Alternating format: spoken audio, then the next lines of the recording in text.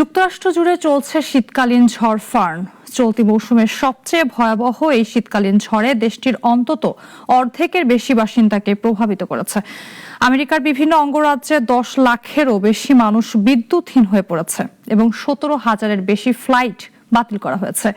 ভারী তুষারপাত ও হিমশীতল বৃষ্টির কারণে দেশটির বড় একটি অংশ কার্যত অচল হয়ে পড়েছে।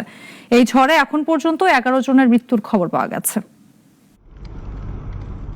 যুক্তরাষ্ট্রের শক্তিশালী শীতকালীন ঝড় ফার্নের প্রভাবে তীব্র তুষারপাতের কবলে অধিকাংশ অঞ্চল, মাইনাস তাপমাত্রার কঠিন ঠান্ডার কবলে বিপর্যস্ত জনজীবন।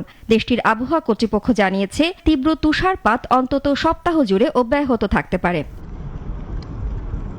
সিএনএন-এর খবরে বলা হয়েছে, যুক্তরাষ্ট্রের বর্তমানে এক্সট্রিম কোল্ড ওয়াচ বা এক্সট্রিম কোল্ড ওয়ার্নিং এর আওতায় রয়েছে প্রায় 9 কোটি মানুষ।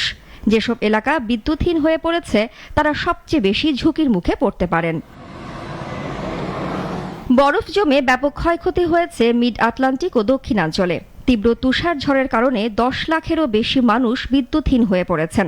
বিশেষ করে ন্যাশভিল, মিসিসিপি ও আশেপাশের এলাকায় বিদ্যুৎ বিভ্রাট কয়েকদিন স্থায়ী হতে পারে বলে আশঙ্কা করা হচ্ছে। শীতকালীন ঝড় ফার্নের প্রভাবে যুক্তরাষ্ট্রের বিমান চলাচলের ক্ষেত্রে চরম বিপর্যয় নেমে এসেছে। এখন পর্যন্ত বাতিল করা হয়েছে 17,000-এর বেশি ফ্লাইট।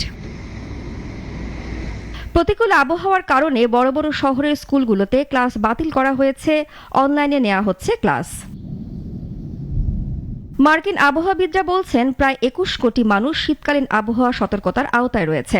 নিউ মেক্সিকো ও টেক্সাস থেকে শুরু করে নিউ ইংল্যান্ড পর্যন্ত প্রায় 2000 মাইল এলাকা জুড়ে প্রভাব ফেলেছে ফার্ন। শিকাগো এবং মিনিয়াপলিস সহ মধ্য পশ্চিমের অঙ্গরাজ্যগুলোতে তাপমাত্রা আরও কমে যেতে পারে বলে আশঙ্কা করা হচ্ছে। পূজাশ্রী ভদ্র, নাগরিক।